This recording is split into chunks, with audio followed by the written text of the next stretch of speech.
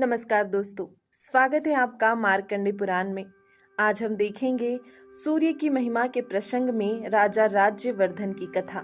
तो आइए दोस्तों शुरू करते हैं। क्रोष्टुकी बोले, भगवान आपने आदि देव भगवान सूर्य के महात्म्य और स्वरूप का विस्तार पूर्वक वर्णन किया। अब मैं उनकी महिमा का वर्णन सुनना चाहता हूँ। आप प्रसन्न होकर बताने की कृपा करें। मार्कंडे जी ने कहा, ब्राह्मण, मैं तुम्हें आदि देव सूर्य का महात्म्य बताता हूँ, सुनो। पूर्व काल में दम के पुत्र राज्यवर्धन बड़े विख्यात राजा हो गए हैं। वे अपने राज्य का धर्म पूर्वक पालन करते थे, इसीलिए वहां के धन जन की दिनों दिन वृद्धि होने लगी। उस राजा के शासन काल में समस्त राष्ट्र तथा नगरों और गांवों के लोग अत्यंत स्वस्थ एवं प्रसन्न रहते थे।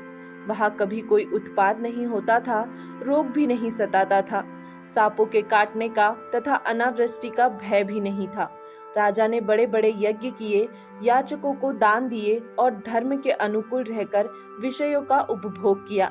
इस प्रकार राज्य करते तथा प्रजा का भली भांति पालन करते हुए उस राजा के 7,000 वर्ष ऐसे बीत गए मानो एक ही दिन व्यतीत हुआ हो।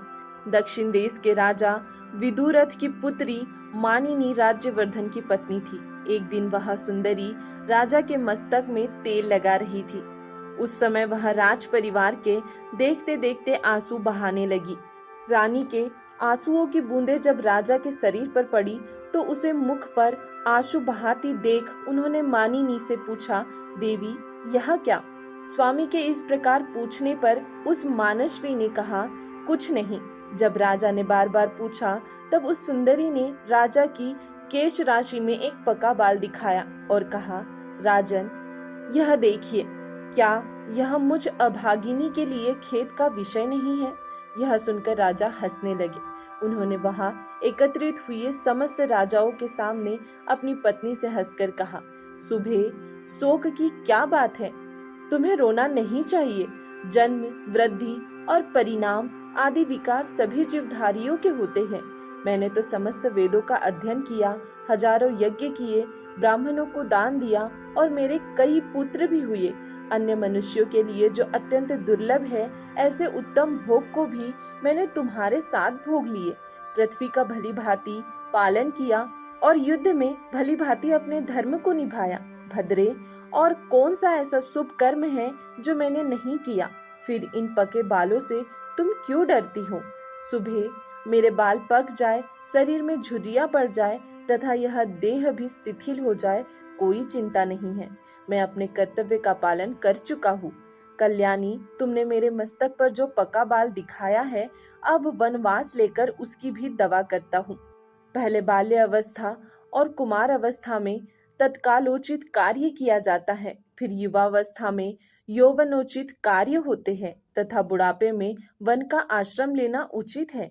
मेरे पूर्वजों तथा उनके भी पूर्वजों ने ऐसा ही किया है, अतः मैं तुम्हारे आंसू बहाने का कोई कारण नहीं देखता। पके बाल का दिखाई देना तो मेरे लिए महान अभ्युदय का कारण है। महाराज की यह बात सुनकर वहां उपस्थित हुए अन्य राजा, पूर्ववासी तथा पार्श्ववर्ती मनुष्य उनसे शांति पूर्वक बोले, राजन, आपकी इस महारानी को रोने की आवश्यकता नहीं है। रोना तो हम लोगों को अथवा समस्त प्राणियों को चाहिए, क्योंकि आप हमें छोड़कर वनवास लेने की बात मुंह से निकाल रहे हैं। महाराज, आपने हमारा लालन पालन किया है। आपके चले जाने की बात सुनकर हमारे प्राण निकले जाते हैं। आपने 7,000 वर्षों तक इस पृथ्वी का पालन किया है। अब आप वन में रहकर जो तपस्या करेंगे वह इस पृथ्वी पालन जनित पुण्य की 16वीं कला के बराबर भी नहीं हो सकती। राजा ने कहा, मैंने 7,000 वर्षों तक इस पृथ्वी का पालन किया। अब मेरे लिए यह वनवास का समय आ गया। मेरे कई पुत्र हो गए। मेरी संतानों को देखकर थोड़े ही दिनों में यमराज मेरा यहाँ रहना नहीं सह सकेंगे। नागरिकों, मेरे मस्तक पर जो यह सफेद बाल दिखाई देता है, इसे अत्यंत भयानक कर्म करने वाली मृत्यु का दूत समझो।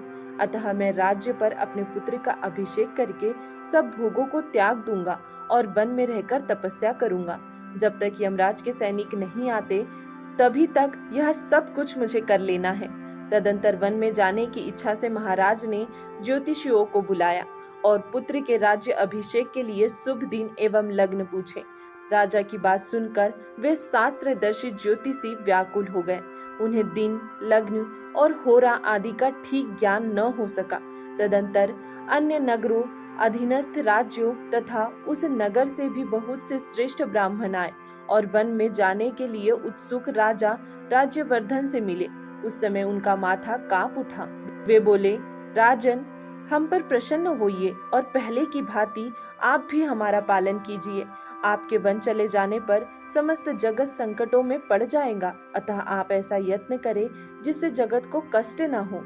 इसके बाद मंत्रियों, सेवकों, वृद्ध नागरिकों और ब्राह्मणों ने मिलकर सलाह की, अब यह क्या करना चाहिए।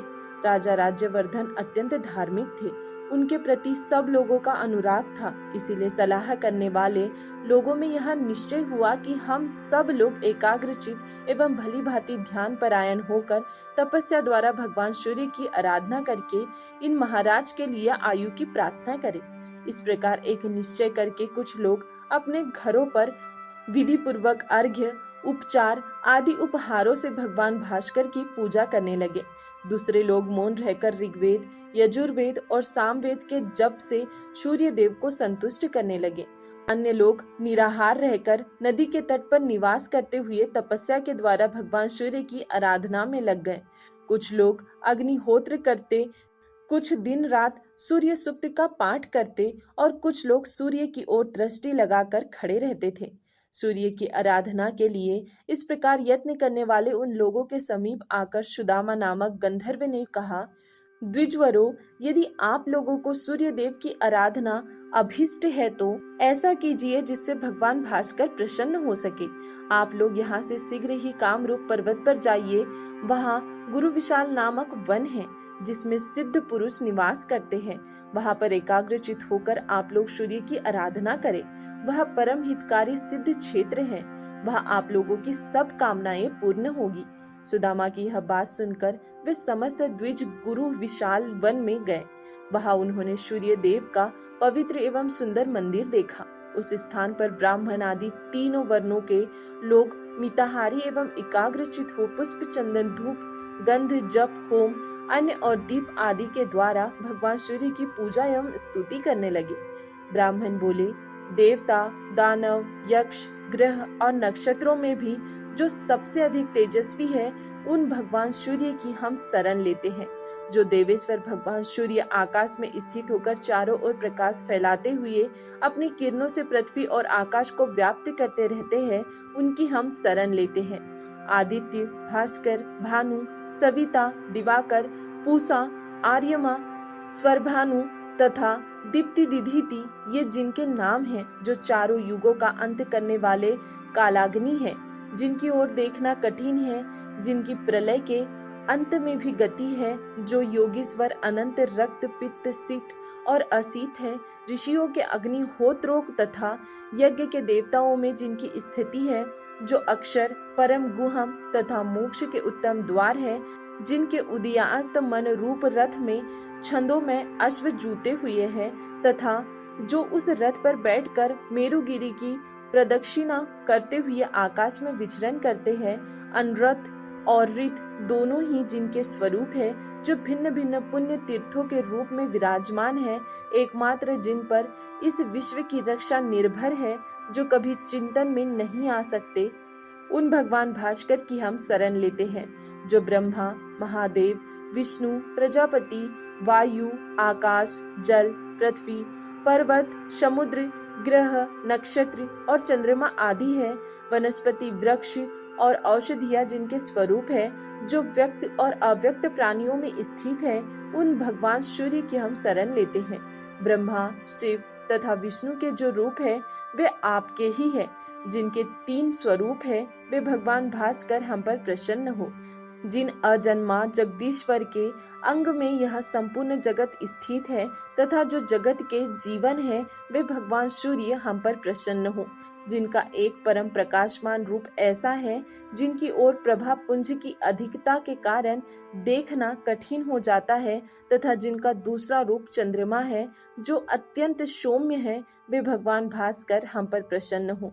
इस प्रकार भक्ति पूर्वक स्तवन और पूजन करने वाले उन द्विजों पर 3 महीने में भगवान सूर्य प्रसन्न हुए और अपने मंडल से निकलकर उसी के समान कांति धारण किए वे नीचे उतरे और दूरदर्शी होते हुए भी उन सब के समक्ष प्रकट हो गए।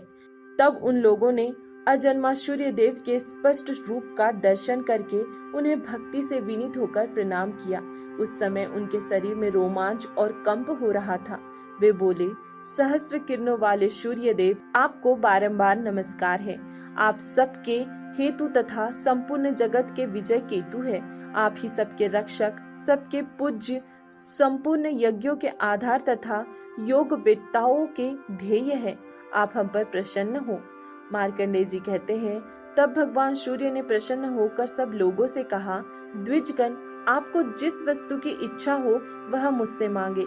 यह सुनकर ब्राह्मण आदि वर्णों के लोगों ने उन्हें प्रणाम करके कहा, अंधकार का नाश करने वाले भगवान सूर्य देव, यदि आप हमारी भक्ति से प्रसन्न हैं, तो हमारे राजा राज्यवर्धन निरोग, शत्रु विजयी, सुंदर केशों से युक्त तथा स्थिर यौवन वाले होकर 10,000 वर्षों तक जीवित रहे।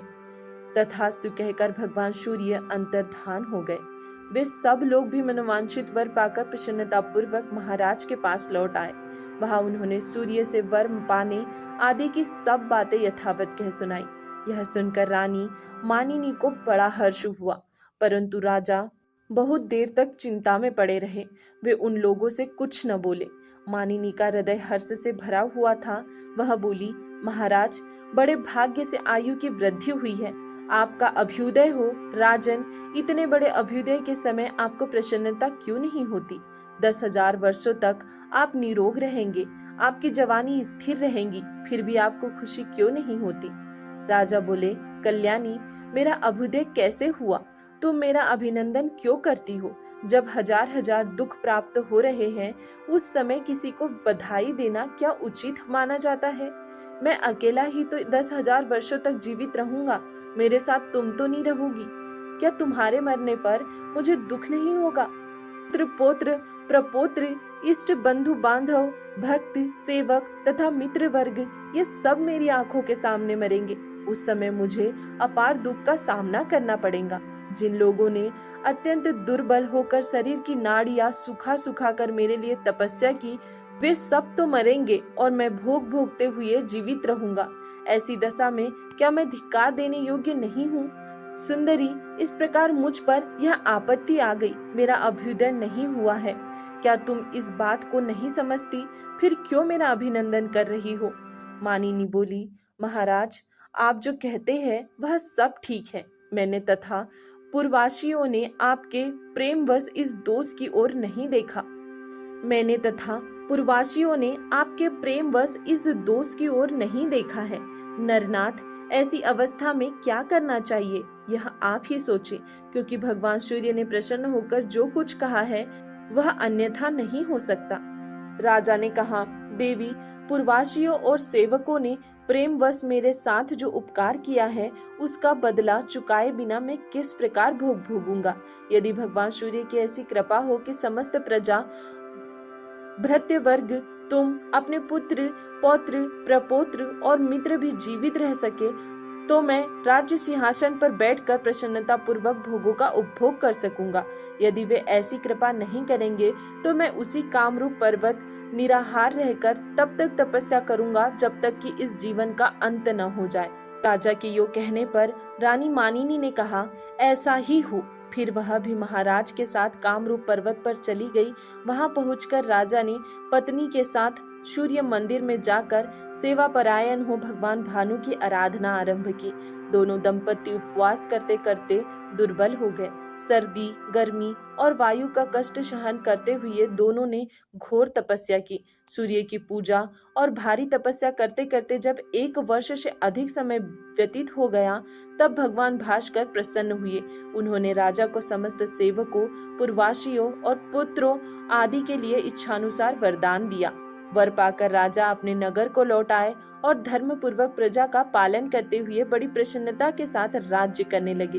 धर्मज्ञ राजा ने बहुत से यज्ञ किए और दिन रात खुले हाथ दान किए। वे अपने पुत्र, पौत्र और भृत्य आदि के साथ यवनों को स्थिर रहते हुए 10,000 वर्षों तक जीवित रहे। उनका यह चरित्र देखकर भृगुवंशी प्रमिति ने विस्मित होकर यह गाथा गाई। अहो, भगवान सूर्य के भजन की कैसी शक्ति है, जिससे राजा राज्यवर्धन अपने तथा स्वजनों के लिए आयुवर्धन बन गए।